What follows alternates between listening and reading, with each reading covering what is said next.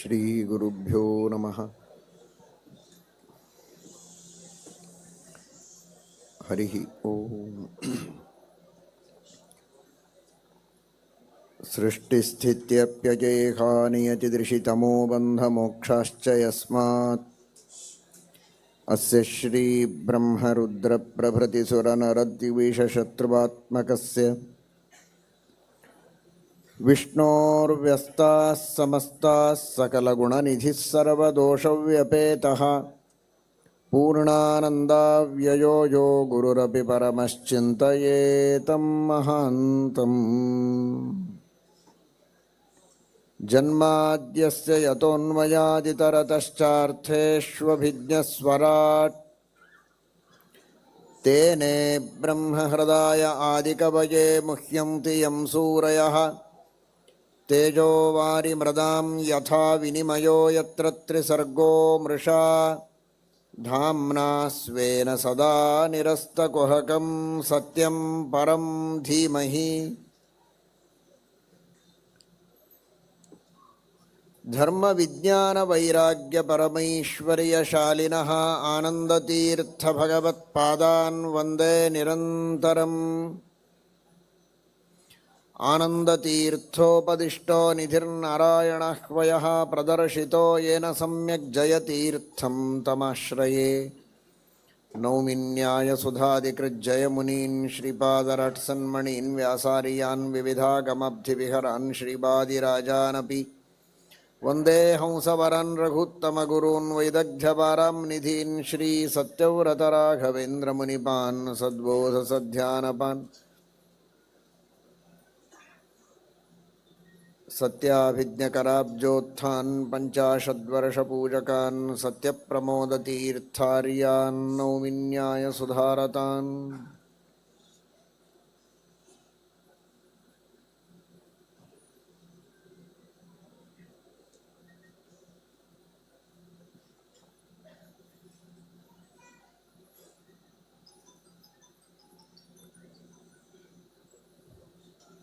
ಭಗವಂತನ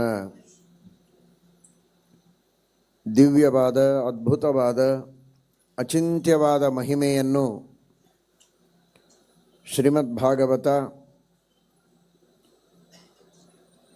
ನಮ್ಮೆಲ್ಲರಿಗೆ ತಿಳಿಸಿಕೊಟ್ಟಿದೆ. ಶ್ರೀಮದ್ ಭಾಗವತದಲ್ಲಿ ಹೇಳಿದ ಮಹಿಮೆಗಳನ್ನೆಲ್ಲ ತಿಳಿದುಕೊಳ್ಳುವ ಯೋಗ್ಯತೆ ನಮ್ಮದಲ್ಲ. ಅವರವರ ಯೋಗ್ಯತೆ ಇದ್ದಷ್ಟು ಭಾಗವತದ ಅರ್ಥವನ್ನು ಮನಸ್ಸಿನಲ್ಲಿ ಉಳಿಸಿಕೊಳ್ಳಬಹುದು, ಇಳಿಸಿಕೊಳ್ಳಬಹುದು. ಅಂತಹ ಶ್ರೀಮದ್ ಭಾಗವತ ಭಗವಂತನ ಮಹಿಮೆಯನ್ನು ಅಪಾರವಾಗಿ ವರ್ಣನೆ ಮಾಡಿದೆ. ಭಗವಂತ ತಾನೇ ಹೇಳುವುದುಂಟು, ಮೈ ಅನಂತ ಗುಣೇನಂತೆ ಗುಣತೋನಂತ ವಿಗ್ರಹೇ ಯದಾಸೀತ್ ತತಯೇವಾದ್ಯ ಸ್ವಯಂಭೂ ಸಮಭೂದಜಃ. ಇವತ್ತು ಅನಂತ ಚತುರ್ದಶಿ. ಅನಂತ ಗುಣಪೂರ್ಣನಾದವನು ಭಗವಂತ. ಭಗವಂತ ಅನಂತ ಗುಣಗಳಿಂದ ಪೂರ್ಣನಾಗಿದ್ದಾನೆ ಅಂತ ಸ್ವಯಂ ಭಗವಂತನೇ ಭಾಗವತದಲ್ಲಿ ತಿಳಿಸಿಕೊಟ್ಟಿದ್ದಾನೆ. ಶ್ರೀಮದ್ ಆಚಾರ್ಯರು ಮಾತ್ರ ಪರಮಾತ್ಮನನ್ನು ಅನಂತ ಗುಣಪೂರ್ಣ ಅಂತ ತಿಳಿಸಿದ್ದಾರೆ. ನಿಜವಾಗಿ ಭಗವಂತನನ್ನು ಪುರಾಣಗಳು ಹೇಳುವುದು ನಿರ್ಗುಣ ಅಂತ ಹೇಳುತ್ತವೆ ಅಂತ ಭಾವಿಸಬೇಡಿ. ನೂರಾರು ಕಡೆಗೆ ಇತಿಹಾಸ ಪುರಾಣಗಳಲ್ಲಿ, ವೇದಗಳಲ್ಲಿ ಆ ಭಗವಂತನ ದಿವ್ಯವಾದ ಮಹಿಮೆಗಳನ್ನು, ಗುಣಗಳನ್ನು, ಕ್ರಿಯೆಗಳನ್ನು, ಅತ್ಯದ್ಭುತವಾದಂತಹ ಆ ಪರಮಾತ್ಮನ ವೈಭವವನ್ನು ವರ್ಣನೆ ಮಾಡಿದ್ದನ್ನು ನಾವು ನೋಡುತ್ತೇವೆ. ಪರಮಾತ್ಮ ಅನಂತನಾಗಿದ್ದಾನೆ. ಏನು ಅನಂತ ದೇವರದು? ಎಲ್ಲವೂ ಅನಂತ. ಭಗವಂತನ ಜ್ಞಾನವೂ ಅನಂತ, ಅವನ ಆನಂದವೂ ಅನಂತ, ಔದಾರ್ಯವೂ ಅನಂತ, ಕಾರುಣ್ಯವೂ ಅನಂತ, ಎಲ್ಲ ಗುಣಗಳೂ ಪರಮಾತ್ಮನದು ಅನಂತ. ಅನಂತ ದೇಶದಲ್ಲಿ ವ್ಯಾಪ್ತನಾಗಿದ್ದಾನೆ ಪರಮಾತ್ಮ. ಅವ್ಯಾಕೃತ ಗೃಹಸ್ಥಾಯ ರಮಾ ಪ್ರಣಯಿನೇ ನಮಃ ಎಂಬುದಾಗಿ ಶ್ರೀಮದಾಚಾರ್ಯರು ಪರಮಾತ್ಮನಿಗೆ ತಲವಾಗಿ ನಮಸ್ಕಾರ ಮಾಡುತ್ತಾರೆ. ದೇಶ ಕಾಲಗಳ ಮಿತಿಯಿಲ್ಲದ ದೇಶ, ಅನಂತವಾದಂತಹ ಅವ್ಯಾಕೃತ ಆಕಾಶ, ಸ್ಪೇಸ್. ಆ ಅನಂತ ಅವ್ಯಾಕೃತ ಆಕಾಶದಲ್ಲಿಯೂ ತುಂಬಿಕೊಂಡಿದ್ದಾನೆ ಪರಮಾತ್ಮ. ದೇವರಿಲ್ಲದ ಸ್ಪೇಸ್ ಅನ್ನುವುದು ಇಲ್ಲ. ಅನಂತ ಕಾಲದಲ್ಲಿ ಪರಮಾತ್ಮ ಇದ್ದಾನೆ. ಕಾಲದ ಪ್ರವಾಹಕ್ಕೆ ಮೊದಲಿಲ್ಲ, ಕೊನೆಯಿಲ್ಲ. ಅನಾದಿ ಕಾಲದಿಂದಲೂ ಕಾಲವಿದೆ, ಅನಂತ ಕಾಲದವರೆಗೂ ಕಾಲ ಇದೆ. ಅಂತಹ ಅನಾದಿ ಕಾಲದಿಂದಲೂ ಅನಂತ ಕಾಲದವರೆಗೂ ಭಗವಂತ ಇದ್ದಾನೆ. ಅನಂತ ಗುಣಗಳಿಂದ ಪೂರ್ಣನಾಗಿದ್ದಾನೆ. ಆದ್ದರಿಂದಲೂ ದೇವರನ್ನು ಅನಂತ ಅಂತ ಶಾಸ್ತ್ರ ಹೇಳುತ್ತದೆ. ಶ್ರೀಮದ್ ಆಚಾರ್ಯರು ತಿಳಿಸಿಕೊಡ್ತಾರೆ. ದೇಶತಃ, ಕಾಲತಃ, ವಸ್ತುತಃ. ವಸ್ತು ಅನ್ನುವ ಶಬ್ದಕ್ಕೆ ಶ್ರೀಮದ್ ಟೀಕಾಕೃತ್ಪಾದರು ವ್ಯಾಖ್ಯಾನ ಮಾಡುತ್ತಾರೆ. ಭಗವಂತನಲ್ಲಿ ಅನಂತ ಗುಣಗಳಿವೆ, ಅನಂತ ಕ್ರಿಯೆಗಳಿವೆ. ಪರಮಾತ್ಮನಿಗೆ ಅನಂತ ರೂಪಗಳಿವೆ, ಅನಂತ ಅವತಾರಗಳಿವೆ. ಆ ಕಾರಣಕ್ಕಾಗಿ ಭಗವಂತ ಅನಂತ ಅಂತ. ಅಂತಹ ಅನಂತ ಪರಮಾತ್ಮ ಶ್ರೀಮದಾಚಾರ್ಯರು ಅದನ್ನು ತಿಳಿಸಿಕೊಡುವುದಕ್ಕೆ ಒಂದು ಸಣ್ಣ ದಾರಿಯನ್ನು ನಮಗೆ ತೋರಿಸಿಕೊಡ್ತಾರೆ. ಪೂರ್ಣವಾಗಿ ತಿಳಿದುಕೊಳ್ಳುವ ಯೋಗ್ಯತೆ ನಮ್ಮದಲ್ಲವೇ ಅಲ್ಲ. ಆದರೆ ನಮ್ಮ ಯೋಗ್ಯತೆಗೆ ತಕ್ಕಷ್ಟಾದರೂ ದೇವರ ಗುಣಗಳನ್ನು ತಿಳಿಯಬೇಕು ಅನ್ನುವುದಕ್ಕೆ ಸ್ವಮತಿ ಪ್ರಭವಂ ಜಗದಸ್ಯ ಯತಃ ಪರಬೋಧ ತನುಂಚ ತತಃ ಖಪತಿಂ. ಪರಮಾತ್ಮನಿಗೆ ಅನಂತ ಜ್ಞಾನ ಇದೆ. ಹೇಗೆ ತಿಳ್ಕೊಳ್ಳೋದು?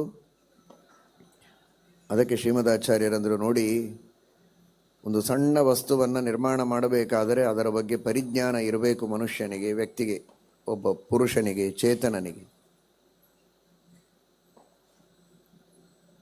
ಒಂದು ಗಡಿಯಾರ ತಯಾರು ಮಾಡಬೇಕು, ಅದರ ಬಗ್ಗೆ ಜ್ಞಾನ ಬೇಕು.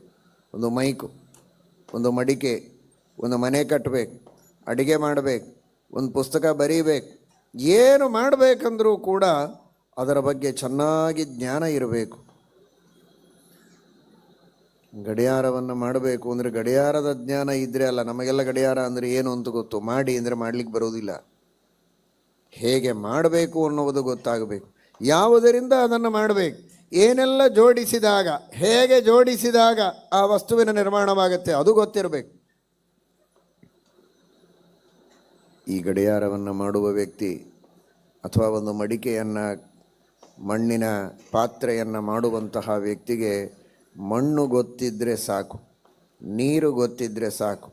ಹೇಗೆ ಕಲಿಸಿ ಮುದ್ದೆ ಮಾಡಿಕೊಳ್ಳಬೇಕು, ಹೇಗೆ ಅದನ್ನು ಚಕ್ರದ ಮೇಲೆ ಇಡಬೇಕು, ತಿರುಗಿಸಬೇಕು, ಇಷ್ಟು ಗೊತ್ತಿದ್ದರೆ ಸಾಕು. ಅವನೊಂದು ಮಡಿಕೆಯನ್ನು ಮಾಡ್ತಾನೆ. ಯಾಕೆಂದರೆ ಅಷ್ಟು ವಸ್ತುಗಳು ರೆಡಿ ಇದೆ. ಮಣ್ಣಿದೆ, ನೀರಿದೆ, ಅದನ್ನು ಜೋಡಿಸಿ ಮಡಿಕೆಯನ್ನು ಮಾಡಿದರೆ ಸಾಕು. ಆದರೆ ನಮ್ಮ ದೇವರಿಗೆ ಅಷ್ಟಲ್ಲ. ಅವನಿಗೆ ಯಾವುದೂ ರೆಡಿ ಅಲ್ಲ, ಎಲ್ಲವನ್ನೂ ಅವನೇ ರೆಡಿ ಮಾಡಬೇಕು. ಇದ್ದದ್ದಲ್ಲ ದೇವರ ದೃಷ್ಟಿಯಲ್ಲಿ ಮಣ್ಣು, ಮಣ್ಣನ್ನು ದೇವರೇ ಹುಟ್ಟಿಸಿತ್ತು. ಇದ್ದ ನೀರನ್ನು ಬಳಸುವವನಲ್ಲ, ನೀರನ್ನು ಹುಟ್ಟಿಸಬೇಕಾದವನು ಅವನೇ. ನೀರು ಹುಟ್ಟಿಸಬೇಕು, ಮಣ್ಣು ಹುಟ್ಟಿಸಬೇಕು. ಅದರ ಪರಮಾಣುಗಳೆಲ್ಲವೂ ಹುಟ್ಟಬೇಕಾದದ್ದು ಭಗವಂತನಿಂದಲೇ. ಶ್ರೀಮದಾಚಾರ್ಯರು ಪರಮಾಣುಗಳಿಗೂ ಉತ್ಪತ್ತಿಯನ್ನು ಹೇಳಿದ್ದಾರೆ. ಭೂತ ಸೂಕ್ಷ್ಮಗಳು ಮಾತ್ರ ಅನಾದಿನಿತ್ಯ.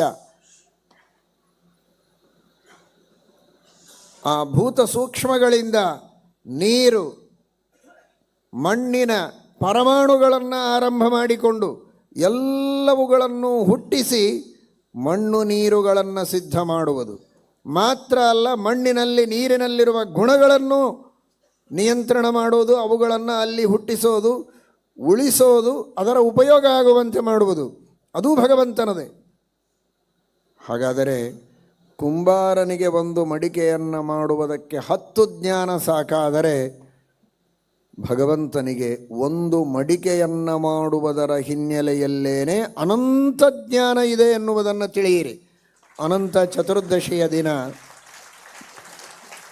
ಅನಂತ ಭಗವಂತನ ಮಹಿಮೆಗಳನ್ನು ಕೊಂಡಾಡಿದ ಶ್ರೀಮದ್ ಭಾಗವತದ ಸಂದೇಶವನ್ನು ಕಿಂಚಿತ್ತಾದರೂ ನಾವು ತಿಳಿಯುವ ಪ್ರಯತ್ನ ಮಾಡೋಣ. ಇಷ್ಟು ಸಾಲದು. ಮುಂದೆ ಯಾರೆಲ್ಲ ಆ ಮಡಿಕೆಯನ್ನು ಉಪಯೋಗಿಸ್ತಾರೆ ಅದೆಲ್ಲವೂ ದೇವರಿಗೆ ಗೊತ್ತು. ಯಾರು ಯಾವತ್ತು ಹೇಗೆ ಎಷ್ಟರ ಮಟ್ಟಿಗೆ ಉಪಯೋಗಿಸ್ತಾರೆ, ಅದರಲ್ಲಿ ನೀರು ಹಾಕ್ತಾರಾ, ಹಾಲು ಹಾಕ್ತಾರಾ, ಮೊಸರು ಹಾಕ್ತಾರಾ, ಯಾವುದಕ್ಕೆ ಉಪಯೋಗಿಸ್ತಾರೆ, ಎಷ್ಟೆಷ್ಟು ಜನ ಉಪಯೋಗಿಸ್ತಾರೆ, 2 ದಿವಸ ಅದಿರುತ್ತೆ, ಮುಂದೆ ಅದು ಒಡೆದರೆ ಎಲ್ಲಿ ಹೋಗಬೇಕು, ಎಲ್ಲಿ ಸೇರಬೇಕು, ಇದೆಲ್ಲವೂ ದೇವರಿಗೆ ಗೊತ್ತು. ಅದಕ್ಕೆ ಅನಂತ ಅಂತ ಹೇಳಿದ್ದು. ಶ್ರೀಮದ್ ಆಚಾರ್ಯರು ಈ ಮಾತನ್ನು ಹೇಳ್ತಾರೆ, ಏಕಂಚ ತತ್ವತೋ ಜ್ಞಾತು ವಿನಾ ಸರ್ವಜ್ಞತಾಂ ನರಃ ನ ಸಮರ್ಥಃ ಮಹೇಂದ್ರೋಪಿ ತಸ್ಮಾತ್ ಸರ್ವತ್ರ ಜಿಜ್ಞಸೇತ್. ಒಂದು ವಸ್ತುವನ್ನು ಪರಿಪೂರ್ಣವಾಗಿ ತಿಳಿಯುವುದಕ್ಕಾಗಿ ಸರ್ವಜ್ಞನಾಗಬೇಕಾಗತ್ತೆ, ಅನಂತ ವಸ್ತುಗಳನ್ನು ತಿಳಿಯಬೇಕಾಗತ್ತೆ. ಇಷ್ಟು ವಿಚಿತ್ರವಾದ ರಿಲೇಟಿವಿಟಿ ಇದೆ.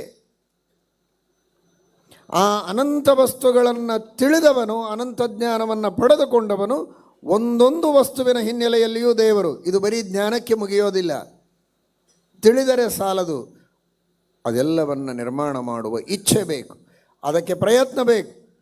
ಏನು ಲಾಭ ಇದನ್ನೆಲ್ಲ ಮಾಡಿದರೆ ದೇವರಿಗೆ? ಯತ್ರ ತ್ರಿಸರ್ಗೋ ಮೃಷ ವ್ಯರ್ಥ. ದೇವರಿಗೆ ಕಿಂಚಿತ್ತೂ ಲಾಭ ಇಲ್ಲ. ಆನಂದಪೂರ್ಣನಾಗಿದ್ದಾನೆ. ಕೇವಲ ಜೀವರ ಮೇಲಿನ ಪ್ರೀತಿ, ಕಾರುಣ್ಯ ಬೇಕು. ಆ ಕಾರುಣ್ಯವೂ ಅನಂತವಾಗಿರಬೇಕು. ಹೀಗೆ ಒಂದೊಂದು ಗುಣಗಳು ಕೂಡ ಪರಮಾತ್ಮನದು ಅನಂತವಾಗಿದೆ.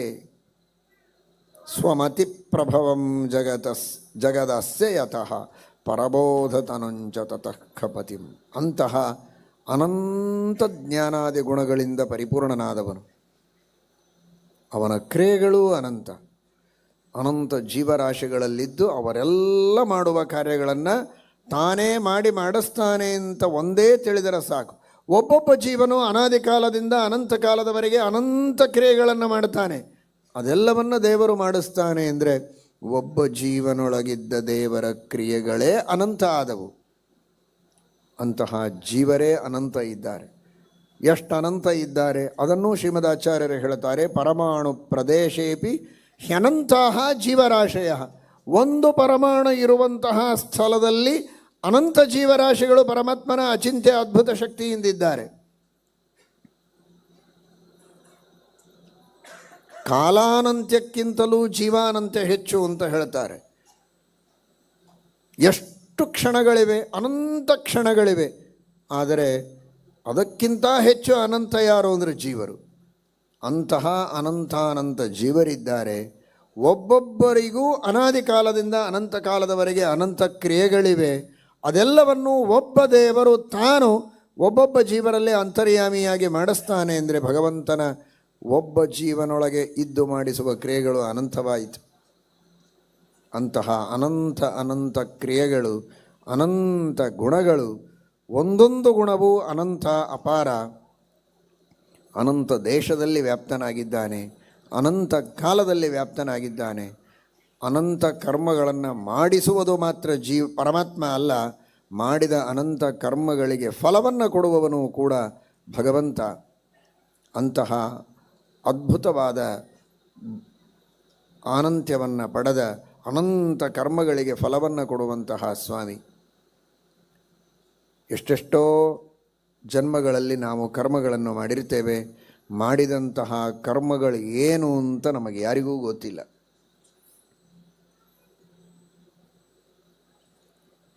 ಮಾಡಿದ ಸೇವೆಗಳಿಗೆ ಸೇವಾಕರ್ತೃಗಳು ರಸೀಟ್ ತೋರಿಸಿ ಫಲವನ್ನು ತೆಗೆದುಕೊಳ್ತಾರೆ. ಬಹಳ ಸುಲಭ. ಆದರೆ ಒಂದು ಜನ್ಮದ್ದಲ್ಲ, 2 ಜನ್ಮದ್ದಲ್ಲ, ಎಷ್ಟೆಷ್ಟೋ ಜನ್ಮಗಳ ಹಿಂದೆ ನಾವು ಮಾಡಿದ ಪುಣ್ಯದ ಫಲವನ್ನು ಇವತ್ತು ಅನುಭವಿಸ್ತಾ ಇರ್ತೇವೆ. ಹೊರಗೆ ಬೇಕಾದಷ್ಟು ಶಬ್ದ ಇದೆ, ಏನೂ ಶಬ್ದವಿಲ್ಲದಂತೆ ಶಾಂತವಾಗಿ ದೇವರ ಮಹಿಮೆಯನ್ನು ಇಲ್ಲಿ ಒಳಗೆ ಕುಳಿತು ನೀವೆಲ್ಲ ಕೇಳ್ತಾ ಇದ್ದೀರಿ. ಇದು ಯಾವ ಜನ್ಮದ ಪುಣ್ಯವೋ?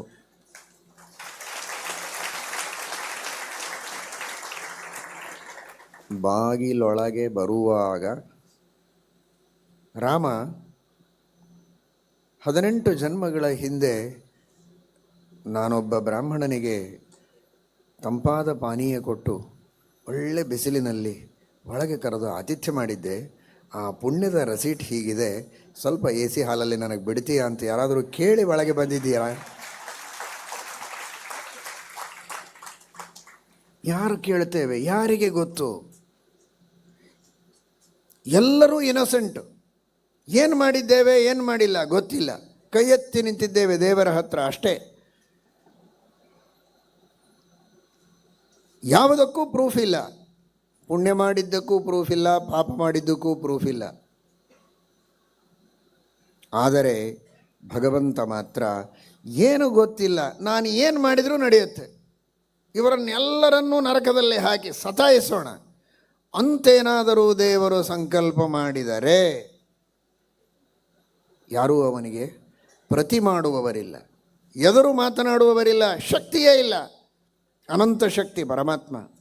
ಆದರೆ ಒಂದು ದಿನವೂ ಹಾಗೆ ಮಾಡುವುದಿಲ್ಲ ಭಗವಂತ. ಅವರವರು ಮಾಡಿದ ಕರ್ಮಕ್ಕೆ ತಕ್ಕಂತೆ ಅವರಿಗೆ ಏನೆಲ್ಲ ಫಲ ಕೊಡಬೇಕು, ಜನ್ಮಾಂತರದಲ್ಲಿ ಮಾಡಿದ ಅನ್ನದಾನ ಇರಬಹುದು, ವಸ್ತ್ರದಾನ ಇರಬಹುದು, ಇನ್ನನೇಕ ಪರೋಪಕಾರ ಸೇವೆ ಶುಶ್ರೂಷೆ ಇರಬಹುದು, ಅವುಗಳ ಫಲವಾಗಿ ಕಾಲ ಕಾಲಕ್ಕೆ ಅನ್ನ, ಆಹಾರ, ವಸ್ತ್ರ, ನೀರು, ಗಾಳಿ, ಬೆಳಕು, ಪ್ರೀತಿ, ವಿಶ್ವಾಸ, ಅಧಿಕಾರ, ಐಶ್ವರ್ಯ, ನಾನಾ ವಿಧವಾದಂತಹ ಸೌಭಾಗ್ಯಗಳನ್ನು ಪರಮಾತ್ಮ ಕಾಲ ಕಾಲಕ್ಕೆ ಕೊಟ್ಟು ಅನುಗ್ರಹವನ್ನು ಮಾಡ್ತಾನೆ. ಅಂದರೆ ಆ ಭಗವಂತನ ಅನಂತವಾದ ಜ್ಞಾನ ಒಂದು ಕಡೆಗಿದೆ, ಎಲ್ಲ ಕರ್ಮಗಳ ಜ್ಞಾನ ಉಂಟು, ಜೊತೆಗೆ ಅನಂತವಾದ ಕಾರುಣ್ಯ ಇನ್ನೊಂದು ಕಡೆಗಿದೆ. ಅನಂತ ಕರ್ಮಗಳು ಗೊತ್ತು, ಅನಂತ ಜೀವರು ಗೊತ್ತು, ಯಾರಿಗೆ ಏನು ಫಲ ಕೊಡಬೇಕು ಅನ್ನೋದು ಗೊತ್ತು. ಇದೆಲ್ಲದರ ಮೇಲೆ ಕಾರುಣ್ಯ ಇದೆ. ಅದಕ್ಕಾಗಿ ಪ್ರೀತಿಯಿಂದ ದಯೆಯಿಂದ ಆ ಕಾಲಕ್ಕೆ ಆ ಫಲಗಳನ್ನು ಕೊಡ್ತಾನೆ ಎನ್ನುವುದಕ್ಕೆ ನಾವು ನೀವು ಎಲ್ಲ ಬದುಕಿದ್ದೇವೆ, ಸುಖವಾಗಿದ್ದೇವೆ, ಸಾಧನೆಯನ್ನು ಮಾಡ್ತೇವೆ. ಮೋಕ್ಷವನ್ನು ಹೊಂದುವವರೆಗೂ, ಹೊಂದಿದ ಮೇಲೂ ಅನಂತ ಕಾಲದವರೆಗೆ ದೇವರ ಕಾರುಣ್ಯ ಬೇಕು. ಎಂಥ ಫಲ ಕೊಡ್ತಾನೆ. ಉತ್ಸಾಹದಲ್ಲಿ ಪತ್ರಿಕೆಗಳನ್ನು ಪ್ರಾರಂಭ ಮಾಡುವಂತಹ ಪತ್ರಿಕೋದ್ಯಮಿಗಳು ಆಜೀವ ಸದಸ್ಯತ್ವವನ್ನು ಮಾಡಿಕೊಳ್ತಾರೆ. ಸ್ವಲ್ಪ ದಿನಗಳ ನಂತರ ಪರಿಸ್ಥಿತಿ ಭಯಾನಕವಾದಾಗ ಆಜೀವ ಸದಸ್ಯತ್ವದ ವ್ಯಾಖ್ಯಾನವನ್ನು ಮಾಡುವುದಕ್ಕೆ ಪ್ರಾರಂಭ ಮಾಡ್ತಾರೆ. ಆಜೀವ ಸದಸ್ಯರು ಅಂದರೆ ಬದುಕಿರುವವರೆಗೆ ಅಂತ ಅರ್ಥ ಅಲ್ಲ. 5 ವರ್ಷ 10 ವರ್ಷ ನಿಮಗೆ ಎಷ್ಟು ದಿನ ಕಳಿಸಬೇಕು ಅನ್ನುವಂತಹ ಅಪೇಕ್ಷೆ ನಮ್ಮಲ್ಲಿ ಜೀವಂತವಾಗಿರುತ್ತದೋ ಆ ಜೀವನ ಇರುವವರೆಗೆ.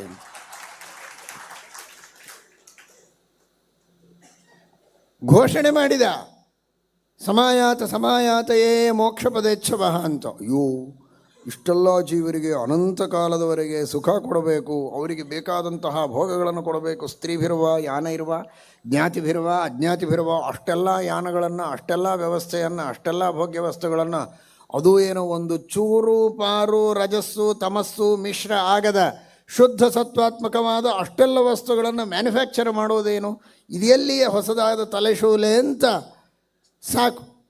ಒಂದು 10 ವರ್ಷ ಆಮೇಲೆ ಮುಗಿದು ಹೋಯಿತು ಅಂತ ಮಾಡಿದರೆ, ಅನಾದಿ ಕಾಲದಿಂದ ಮಾಡಿದ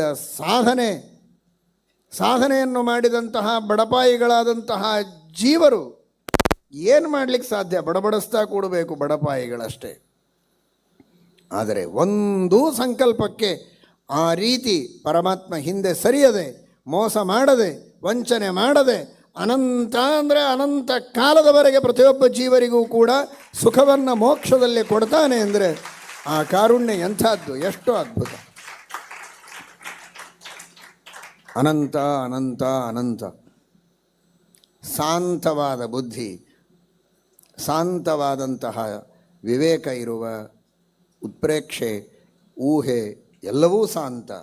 ಇಂತಹ ಅತ್ಯಲ್ಪ ಮತಿಗಳಾದ ನಾವು ಎಷ್ಟು ಅಂತ ದೇವರ ಬಗ್ಗೆ ಊಹಿಸುವುದಕ್ಕೆ ಸಾಧ್ಯ? ನಮಗೆ ಊಹಿಸಲಿಕ್ಕೆ ಸಾಧ್ಯವಾಗೋದಿಲ್ಲ ಅಂತ ತಿಳಿದರೇನೆ ಅದು ಅನಂತನನ್ನು ತಿಳಿದಂತೆ. ಯಸ್ಯಾಮತಂ ತಸ್ಯ ಮತಂ ಮತಂ ಯಸ್ಯ ನವೇದಸಃ. ಆ ಭಗವಂತನ ಬಗ್ಗೆ ಪೂರ್ಣವಾಗಿ ತಿಳಿದಿದ್ದೇವೆ ಅಂತ ಅರ್ಥ ಮಾಡಿಕೊಂಡ್ರೆ ಅದರಂತಹ ತಪ್ಪು ಇನ್ನೊಂದಿಲ್ಲ. ಅತಿ ಅತಿ ಅತೀ ಅಲ್ಪ ನಾವು ತಿಳಿದುಕೊಳ್ಳುವುದಕ್ಕೆ ಸಾಧ್ಯ. ಆದರೆ ತಿಳಿಯದೇ ಇರಬಾರದು. ನಮ್ಮ ಯೋಗ್ಯತೆಗೆ ತಕ್ಕಷ್ಟು ತಿಳಿದು ಆ ಅನಂತನ ಅನುಗ್ರಹವನ್ನು ಪಡೆಯುವುದಕ್ಕೆ ನಾವೆಲ್ಲ ಪ್ರಯತ್ನ ಮಾಡಬೇಕು.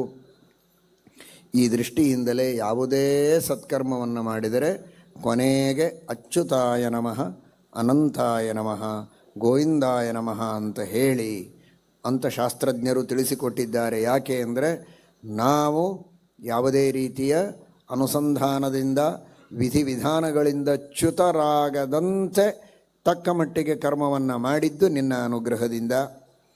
ಈ ಕರ್ಮಗಳಿಗೆ ನೀನು ಅನಂತವಾದ ಫಲವನ್ನು ಕೊಡಬೇಕು. ನಾವು ಕೊಡೋದು ಎರಡು ಕೈಯಿಂದ, ನೀನು ಅನಂತ ಹಸ್ತಗಳಿಂದ ಅನಂತ ಕಾರುಣ್ಯದಿಂದ ನಮಗೆ ಫಲ ಕೊಡಬೇಕು, ಕೊಡ್ತೀಯ ಅನ್ನುವುದಕ್ಕೋಸ್ಕರ ಆ ಪರಮಾತ್ಮನನ್ನು ಅನಂತ ಎಂಬುದಾಗಿ ನಾನು ಏನೆಲ್ಲ ವೇದಗಳನ್ನು ಶಾಸ್ತ್ರಗಳನ್ನು ತಿಳಿದು ಅಲ್ಲಿದ್ದ ಮಂತ್ರಗಳ ಶ್ಲೋಕಗಳ ಪಠನ ಮಾಡಿ ಈ ಕರ್ಮಗಳನ್ನು ಮಾಡಿದ್ದೇನೆ. ಆ ಎಲ್ಲ ಗೋ ಶಬ್ದಗಳು, ಆ ಎಲ್ಲ ವೇದಾದಿ ಸಕಲ ಸಚ್ಚಾಸ್ತ್ರಗಳಿಂದ ಪ್ರತಿಪಾದ್ಯನಾದವನು ನೀನು ಗೋವಿಂದ. ಒಂದೊಂದು ಶಬ್ದದ ಅರ್ಥವನ್ನು ತಿಳಿದು ನಾವು ಮಂತ್ರಗಳನ್ನು ಅನ್ನಬೇಕು. ಕೊನೆ ಪಕ್ಷ ಎಲ್ಲ ವೇದಶಾಸ್ತ್ರಗಳಿಂದ ಪ್ರತಿಪಾದ್ಯನಾದ ಸರ್ವೋತ್ತಮನಾದ ಸ್ವತಂತ್ರನಾದ ಸ್ವಾಮಿ ಗೋವಿಂದ ನೀನು. ಏನೆಲ್ಲ ವಸ್ತುಗಳನ್ನು ನಾನು ಬಳಸಿದ್ದೇನೆ ಈ ಕರ್ಮಗಳಲ್ಲಿ, ಪಾರ್ಥಿವ ಅಥವಾ ನೀರಿನ ವಸ್ತು ಏನೇನನ್ನೋ ಬಳಸಿದ್ದೇನೆ, ಅದೆಲ್ಲವೂ ಗೋ. ಗೋ ಅಂದರೆ ಪೃಥ್ವಿ, ಗೋ ಅಂದರೆ ನೀರು. ಪಾರ್ಥಿವವೋ ಜಲೀಯವಾದ ವಸ್ತುವೋ ಇನ್ನಿತರ ವಸ್ತುಗಳೋ, ಅಥವಾ ಗೋ ಅಂದರೆ ಇಂದ್ರಿಯಗಳು, ಆ ಇಂದ್ರಿಯಗಳನ್ನು ಬಳಸಿ ಉಪಯೋಗಿಸಿ ಏನೇನು ಸತ್ಕರ್ಮಗಳನ್ನು ಮಾಡಿದ್ದೇನೆ, ಆ ಎಲ್ಲ ಇಂದ್ರಿಯಗಳಿಗೂ ಭೂತಗಳಿಗೂ ಎಲ್ಲದಕ್ಕೂ ಚೈತನ್ಯಕ್ಕೂ ಪ್ರೇರಕನಾದವನು ನೀನು ಗೋವಿಂದ. ಅಚ್ಯುತಾಯ ನಮಃ, ಅನಂತಾಯ ನಮಃ, ಗೋವಿಂದಾಯ ನಮಃ ಎಂಬುದಾಗಿ ತಿಳಿದು ಆ ಅನಂತ ಫಲಪ್ರದನಾದ ಪರಮಾತ್ಮನಿಗೆ ಸಮರ್ಪಣೆಯನ್ನು ಮಾಡಬೇಕು ಎಂಬುದಾಗಿ ಶಾಸ್ತ್ರ ಸಂದೇಶವನ್ನು ನೀಡಿದೆ. ಇಂತಹ ಆ ಭಗವಂತನ ಸ್ಮರಣೆಯನ್ನು ಮಾಡ್ತಾ ಗುರುಗಳಲ್ಲಿ, ತತ್ವಾಭಿಮಾನಿ ದೇವತೆಗಳಲ್ಲಿ, ಮುಖ್ಯಪ್ರಾಣದೇವರಲ್ಲಿ ಅಂತರ್ಯಾಮಿಯಾದ ಅನಂತ ರೂಪಿಯಾದ ಅನಂತ ಗುಣಪೂರ್ಣ ನಿರ್ದೋಷನಾದ ಸರ್ವೋತ್ತಮನಾದ ಪರಮಾತ್ಮನ ಶ್ರೀಮನ್ಮೂಲರಾಮ ದಿಗ್ವಿಜಯರಾಮ ವೇದವ್ಯಾಸ ದೇವರ ಚರಣಾರವಿಂದಗಳಲ್ಲಿ ಎಲ್ಲ ಪುಣ್ಯಕರ್ಮಗಳ ಸಮರ್ಪಣೆಯನ್ನು ಮಾಡೋಣ.